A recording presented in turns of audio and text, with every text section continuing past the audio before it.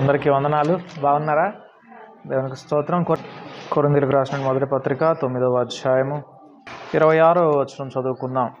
కాబట్టి నేను గురి చూడని వాని వలె పరుగెత్తువాడను కాను, గాలిని కొట్టినట్టు నేను పోట్లాడుటలేదు కానీ, ఒకవేళ ఇతరులకు ప్రకటించిన తరువాత నేనే భ్రష్టుడనైపోదునేమో అని నా శరీరమును నలగగొట్టి దానిని లోపరుచుకొనుచున్నాను. చిన్న ప్రార్థన చేసుకుందాం. పరిశుద్ధుడా మా తండ్రి, చదవబడిన వాక్యం ద్వారా ప్రభువా మీరు మాతో మాట్లాడండి. మా తండ్రి, మేమందరం నీ సన్నిధిని అనుభవించగలిగినట్లుగా నీ ఆత్మకార్యం మా మధ్య మీరు జరిగించండి. ఆలస్యమునకు మన్నించి ప్రభువా నీ సన్నిధిని మీరు మాకు అనుగ్రహించి సంతృప్తిపరచమని యేసు నామమున ప్రార్థించి వేడుకుంటున్నాము తండ్రి, ఆమేన్. పౌలు భక్తుడు అంటున్నాడు, నేను గురి చూడని వాని వలె పరుగెత్తు వాడను కాను అంటున్నాడు. చూడండి, మనమందరము క్రైస్తవులము గురి కలిగిన వారిగా ఉండాలి. గురి లేని క్రైస్తవ జీవితం జీవించే వారిగా ఉండకూడదు. గురి కలిగినటువంటి వానిగా నేనున్నాను, నేను పరిగెడుతున్నాను అన్నాడు. ఏంది ఆయన గురి అంటే, అందరికీ ప్రకటించిన తర్వాత నేను భ్రష్టుని అయిపోతానేమోనని నా శరీరాన్ని నేను నలగొట్టుకుంటున్నాను అంటున్నాడు. కాబట్టి మనం గురి కలిగినటువంటి వారిగా ఉండాలి అంటే మన శరీరాన్ని మనం నలగొట్టుకునే వారిగా ఉండాలి. మన శరీరాన్ని దేవునికి లోబడేటట్లుగా దాన్ని మలిచే వారిగా ఉండాలి. ఈ షూటింగ్ కాంపిటీషన్స్ జరుగుతూ ఉంటాయి, గన్ షూటింగ్ కాంపిటీషన్స్ ఒలింపిక్స్లో. పోలీసులకు ట్రైనింగ్ ఇచ్చేటప్పుడు కానీ, మిలిటరీ వాళ్ళకి ట్రైనింగ్ ఇచ్చేటప్పుడు కానీ గురి చూచి కాల్చడం అనేది నేర్పిస్తారు. మొట్టమొదటిసారి వాళ్ళకి గన్ ఇచ్చి వాళ్ళందరిని వరుసగా కింద బోర్లా పడుకొని వాళ్ళ చేతిలో ఒక గన్ను పెట్టి వాళ్ళ ఎదురు కొన్ని గురి ఆ చివరిలో ఒక స్పాట్ పెట్టి దాన్ని కాల్చండి అంటారు. బుల్జై అంటారు దాన్ని. పెట్టినప్పుడు ఫస్ట్లో వీళ్ళ గురి తప్పిద్ది అనమాట. పోయి వీళ్ళ పెట్టిన గురి కాకుండా పక్కనోడి గురిని కొడతారు. తర్వాత అట్లా ప్రాక్టీస్ చేయగా వీళ్ళ గురిని వీళ్ళు కొట్టడం నేర్చుకుంటారు.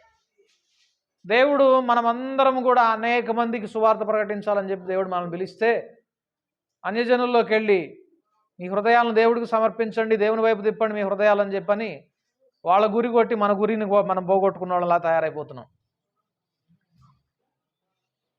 వాళ్ళనేమో దేవుడు హృదయాలని కోరుకుంటున్నాడని చెప్పిన వాళ్ళకి సువార్త ప్రకటించి, మనల్నేమో మన దేహాలను దేవునికి సమర్పించమని చెప్పి దేవుడు అడిగితే, మన దేహాలను దేవునికి సమర్పించకుండా, మన కళ్ళను దేవునికి సమర్పించకుండా, మన నోటిని దేవునికి సమర్పించకుండా, మన చెవులను దేవునికి సమర్పించకుండా ఇంకా లోబడని వారిగా ఉంటా ఉన్నాం. అదే గురి లేని జీవితం అంటే. అందుకే పౌలు భక్తుడు అంటున్నాడు, నేను గురి కలిగిన వానిగా ఉండాలి కాబట్టి నేను నా శరీరాన్ని నలగొట్టుకుంటున్నాను, లోపరుచుకుంటున్నాను. లివింగ్ బైబిల్లో ఉంటుంది, నా శరీరము ఏది కావాలని కోరుకుంటుంది అది కాదు, కానీ నేను ఏది ఇవ్వాలని నా ఆత్మ హెచ్చరిస్తుందో దాన్నే నేను ఇస్తాను నా శరీరానికి. అది ఏమి కావాలని కోరుకుంటుంది అది కాదు, కానీ దానికి ఏది అవసరమో అదే. నా నోరు ఏది మాట్లాడాలని కోరుకుంటుంది అది కాదు, కానీ నా నోటికి ఏది మేలో ఏది అవసరమో అదే నేను మాట్లాడమని ఆ విధంగా నలగొట్టుకుంటున్నానని చెప్పిన ట్రాన్స్లేషన్ ఉంటుంది లివింగ్ బైబిల్లో. ఈ విధంగా మన శరీరాన్ని నలుగుగొట్టుకునే వారిగా ఉంటేనే మనము ఈ పరుగు పందెంలో సరిగా పరుగెత్తే వారిగా ఉండగలం. అలాగే పరుగెత్తితేనే మనము ఇదిగో పౌలు వలె చెప్పగలుగుతాం, నేను నా గురి వద్దకి నేను పరుగెత్తాను, నా పరుగు కడముట్టించాను అని చెప్పాను. అలాగా చెప్పేవారిగా మనం ఉండాలి. మన నోరు, మన కన్ను, మన చెవి దేవునికి సమర్పించబడేటటువంటి అనుభవంలో మనం ఉండాలి. రోమీయులకు రాసిన పత్రిక 12వ అధ్యాయంలో కూడా అదే మాట ఉంటుంది. కాబట్టి సహోదరులారా, పరిశుద్ధమును దేవునికి అనుకూలమునైన సజీవ యాగముగా మీ శరీరములను ఆయనకు సమర్పించుకొనుడని దేవుని వాత్సల్యమును బట్టి మిమ్మల్ని బతిమాలుకొనుచున్నాను. ఏమని బతిమలాడుకుంటున్నాడు? మీ శరీరాలను సమర్పించుకోండి దేవునికి, మీ దేహాలు దేవునికి సమర్పించుకోండి, మీ కన్ను దేవునికి సమర్పించుకోండి, మీ చెవి దేవునికి సమర్పించుకోండి, మీ నాలుక దేవునికి సమర్పించుకోండి. చూడండి, మనం దేవునికి సమర్పించుకున్న వారమైతే మన నాలుక దేవుడు అనుమతించిన మాటనే మాట్లాడతాం. మన చెవి దేవునికి సమర్పించుకున్న వారమైతే దేవుడు వినిపించిన మాటనే వింటాం, వేరే మాటలు వినాం. ముసలమ్మ ముచ్చట్ల వైపు తిరగం, వ్యర్థమైన మురికి ముచ్చట్ల వైపు తిరగం. గాసిప్స్, వదంతులు, పుకార్లు అంటే ఇష్టం కొంతమందికి. వాటి జోలితో పని లేదు మనకి. యేసు ప్రభు వారుని గూర్చి ప్రవచనం ఏమని ఉందంటే, ఆయన వీధులలో జగడమాడడు, కేకలు వేయడు, ఆయన శబ్దం ఎవరికి వినబడదు, ఆయన తన వెలి చూపును బట్టి తీర్పు తీర్చడు. అంటే ఆయన ఏం చూస్తాడో దాన్ని బట్టి తీర్పు తీర్చడట. దేవుని మాటను బట్టి తీర్పు తీరుస్తాడు ఆయన అని ఉంటుంది యేసు ప్రభువును గురించినటువంటి మాట. మనం అలాగ ఉండాలి. చూచిన దాన్ని బట్టి మనం, అయ్యో ఇంకొకళ్ళు ఎవరో చెప్తే నేను అనేదాన్నక్క, ఎందుకు అనేవాడినక్క, నేను చూశాను నా కళ్ళతో. మీకు విషయం తెలుసు, మీ కళ్ళు మిమ్మల్ని మోసం చేస్తాయి. స్పష్టంగా దేవుని యొక్క ఆలోచన, ఆయన అదృశ్య లక్షణములు, ఈ జగదుత్పత్తిని మొదలుకొని ఆయన చేసినటువంటి సృష్టిని గూర్చి ఆలోచించడం ద్వారా బయలుపరచబడుతుందని చెప్పని రాయబడి ఉంటుంది రోమీయులకు రాసిన పత్రికలో. మనం ఒకసారి చూస్తే సూర్యుడు ఉదయాన్నే ఇటు లేస్తున్నాడు, సాయంత్రానికి ఇటు పోతున్నాడు. మన కళ్ళు స్పష్టంగా గమనిస్తున్నాయా లేదా? సూర్యుడే కదా పోతుంది, మనం ఎక్కడే ఉన్నాంగా. కానీ మీకు విషయం తెలుసా, సూర్యుడు ఎక్కడే పోట్ల, సూర్యుడు అక్కడే ఉన్నాడు, మనమే తిరుగుతున్నాం. చూసారా మన కళ్ళు ఎంతగా మోసం చేస్తాయి. అయ్యో ఇదేందన్నా, నేను చూశాను స్పష్టంగా, పొద్దున ఇటున్నాడు ఇప్పుడు ఇటు వచ్చాడు. లేదు, నీ కళ్ళు నిన్ను మోసం చేస్తాయి. అందుకే నీ కళ్ళను దేవునికి సమర్పించుకో, అప్పుడు దేవుడు చూడమన్న దాన్ని చూడగలుగుతావు. నీ చెవులను దేవునికి సమర్పించుకో, అప్పుడు దేవుడు చెప్పిన మాటను వింటావు. నువ్వు నీ కన్ను చూసి చెప్పిన సాక్ష్యాన్ని బట్టి కాదు, సజీవ యాగముగా మనం దేవునికి సమర్పించుకోవాలి. అట్లా గురి కలిగినటువంటి వారిగా మనం ఉండాలి అంటే మన సమస్తము దేవునికి సమర్పించుకున్న వారిగా ఉండాలి. అలాగ ఉంటే దేవుని కొరకు గొప్పగా వాడబడేటటువంటి వారిగా ఉంటాం. మన మాటల విషయంలో చాలా జాగ్రత్త కలిగి ఉండాలి. ఇర్మియా గ్రంథము 15వ అధ్యాయం ఒకసారి చూద్దాం. ఇర్మియా గ్రంథము 15వ అధ్యాయము 9వ వచనం ఒకసారి చూస్తే,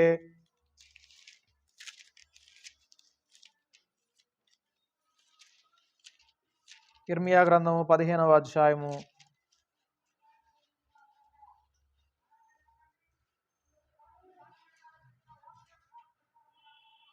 19వ వచనం.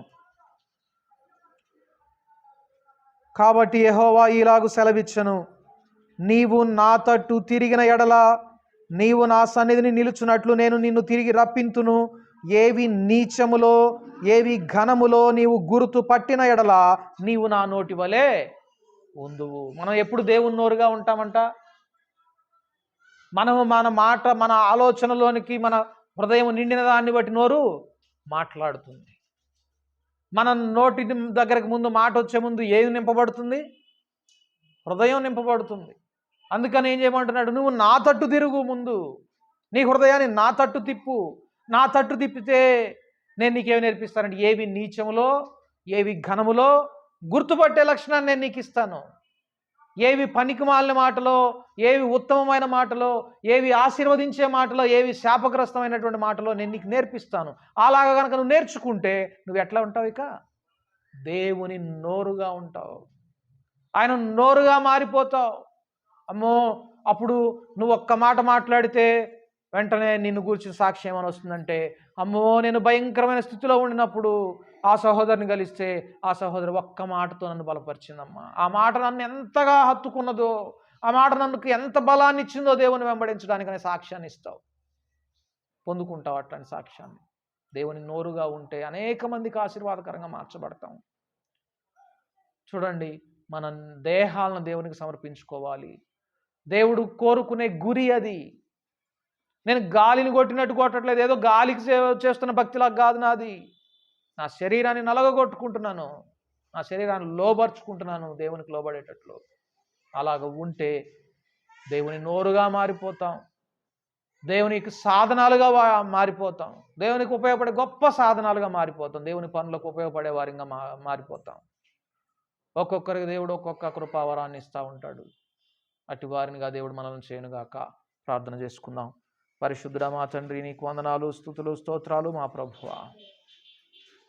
గురి యొద్దకే పరుగెత్తే వారిముగా మీరు మమ్మలను చేయండి తండ్రి. ఇదిగో గురి లేని వారి వలె ఏదో పైకి భక్తి చేస్తున్న వారిలాగా ఏదో ఆదివారం రాగానే సంఘానికి వచ్చి కొంతసేపు కూర్చొని కొంతసేపు వాక్యం విని నిద్రపోయే వారింగా మమ్మల్ని ఉండనివ్వద్దయ్యా. గురి కలిగిన వారింగా ప్రభువా, ఈ శరీరము నిద్రపోవాలని కోరుకుంటుంది, కానీ ఆత్మ దేవుని వైపు చూడాలని కోరుకుంటుంది. ఈ శరీరము ఈ లోకపు ముచ్చట్లు వినాలని కోరుకుంటుంది, కానీ ఆత్మ దేవుని మాటలు వినాలని కోరుకుంటుంది. ఈ కన్ను లోకంలో ఉండిన మురికిని ఆశిస్తుంది, కానీ ఆత్మ పరిశుద్ధతను కోరుకుంటుంది. ప్రభువా, అందుకే నువ్వు అన్నావు, సజీవ యాగములుగా మీ దేహాలు దేవునికి సమర్పించుకోండి. నేను నలుగగొట్టుకుంటున్నాను నా దేహాన్ని, గురి వద్దకే పరుగెడుతున్నాను. అందువలన ప్రభువా, అలాగ మేము మా దేహాలను నలుగగొట్టుకొనని వారమైతే, మా కంటిని మా చెవులను ప్రభువా ఇదిగో మా నాలుకను మేము లోబరుచుకొనలేని వారమైతే, గురి వద్దకు తప్పిపోయే వారమని ఇప్పుడు నీ వాక్యం ద్వారా మీరు మాతో మాట్లాడారు. ప్రభువా, మీరు కనికరించండి. మేమందరము కూడా ప్రభువా ఇటు పౌలు వలె ఈ సాక్ష్యము చెప్పగలిగి గురి వద్దకు పరిగెత్తే వారిమిగా ప్రభువా తండ్రి, నిన్ను హత్తుకునే వారిగా. తర్వాత మేము ఇదిగో పౌలు వలె ఇదిగో నేను నా గురి వద్దకే పరుగెత్తాను, నా పరుగు కడముట్టించాను, విశ్వాసము కాపాడుకున్నాను, జీవ కిరీటము నీతి కిరీటము నాకు ఇదిగో ఉంచబడి ఉన్నది అని సాక్ష్యం ఇచ్చేవారిగా మీరు మమ్మల్ని చేయండి. అనేక మందికి సువార్త ప్రకటించిన తర్వాత మేము భ్రష్టుని అయిపోతానేమో అనేటటువంటి భయాన్ని మాలో కలిగించండి ప్రభువా. దేవుని అందరి భయము కలిగిన వారమై తండ్రి నీ యొక్క మార్గమును అన్వేషించే వారిగా, జీవ మార్గంలో నడిచే వారిగా మీరు మమ్మల్ని చేయమని యేసు నామమందు ప్రార్థించి వేడుకుంటున్నాము తండ్రి, ఆమేన్. ఆశ్చర్యమైన ప్రేమ కల్వరిలోని ప్రేమ, మరణము కంటే బలమైన ప్రేమది, నన్ను జయించని ప్రేమ. ఆశ్చర్యమైన ప్రేమ, పరమును వీడిన ప్రేమ, ధరలో పాపిని వెదకిన ప్రేమ, పరమును వీడిన ప్రేమ, ధరలో పాపిని వెదకిన ప్రేమ, నన్ను కరుణించి హరించి సేదీర్చి నిత్య జీవమిచ్చే, నన్ను ఆదరించి సేదీర్చి నిత్య జీవమిచ్చే, ఆశ్చర్యమైన ప్రేమ పావన యేసుని సిలువలో పాపిని మోసిన ప్రేమ, పావన యేసుని పాపిని మోసిన ప్రేమ, నాకై మరణించి జీవమిచ్చి జయమిచ్చి తన మహిమానిచ్చే, నాకై మరణించి నిచ్చి జయమిచ్చే తన మహిమానిచ్చే, ఆశ్చర్యమైన ప్రేమ, నా స్థితి చూచిన ప్రేమ, నాపై జాలిని చూపిన ప్రేమ, నా స్థితి చూచిన ప్రేమ, నాపై జాలిని చూపిన ప్రేమ, నాకై పరుగెత్తి కౌగలించి ముద్దాడే కన్నీటిని తుడిచే, నాకై పరుగెత్తి కౌగలించి ముద్దాడి కన్నీటిని తుడిచే, ఆశ్చర్యమైన ప్రేమ కల్వరిలో నీ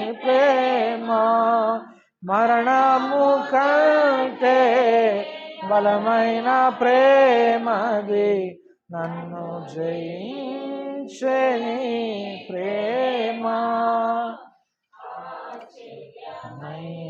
నా ప్రేమ. ప్రార్థన చేసుకుందాం. పరిశుద్ధుడా మా తండ్రి, నీ ఆశ్చర్యమైనటువంటి ప్రేమను మేము గుర్తెరిగిన నాడు మా దేహములను ప్రభువా నీకు సమర్పించకుండా ఉండలేము ప్రభువా. మా దేహములను నీకు లోబరచకుండా ఉండలేము, నలుగగొట్టకుండా ఉండలేము ప్రభువా. క్రీస్తు యేసునకు లోబడేటట్లు ప్రతి ఆలోచనను చెరపట్టే వారిగా ఉంటాం తండ్రి. నీ ప్రేమను గుర్తెరిగిన వారిగా మీరు మమ్మలను చేయండి. మా స్థితిని చూచావు, జాలిపడ్డావు, మమ్మలను ప్రేమించావు. ఇదిగో మా కొరకై సిలువను సహించావని, నీవు మా కొరకు సమస్తమును చేశావని నీ త్యాగాన్ని గుర్తెరిగిన వారమై ప్రభువా ఇదిగో నిన్ను ప్రేమించి నిన్ను హత్తుకునే వారిగా మీరు మమ్మలను చేయమని ప్రభువా మాటలను ప్రభువా మా హృదయాలు స్థిరపరచమని, మేమందరం నీ మాటకు లోబడే వారిగా చేయమని, గురి యొద్దకు పరుగెత్తే వారిగా, ఏదో గాలిని కొట్టినటువంటి భక్తి కలిగిన వారిగా కాక గురి యొద్దకు పరుగెత్తి మా ప్రభువా మా ఎదుట ఉంచినటువంటి పరుగు పందెంలో ఓపికతో పరుగెత్తి తండ్రి నీవు మాకు ఇచ్చేటటువంటి ఆ జీవ కిరీటం కొరకై ప్రయాసపడినట్లుగా మీరు మా పట్ల కృప చూపించమని యేసు నామమందు ప్రార్థించి వేడుకుంటున్నాము తండ్రి. ఆమేన్. మన తండ్రి అయిన దేవుని యొక్క ప్రేమయు, మన ప్రభు అయిన యేసుక్రీస్తు యొక్క కృపయు, పరిశుద్ధాత్ముని యొక్క సన్నిధి సహవాసము మనకందరికీ దొరికి ఈ శరీరమును దేవునికి సజీవ యాగముగా సమర్పించుకున్నట్లు దీన్ని నలుగగొట్టి క్రీస్తుకు లోబర్చున్నట్లుగా మనకు సహాయము చేయనుగాక. ఆమేన్. ఆమేన్. అందరికీ వందనాలు.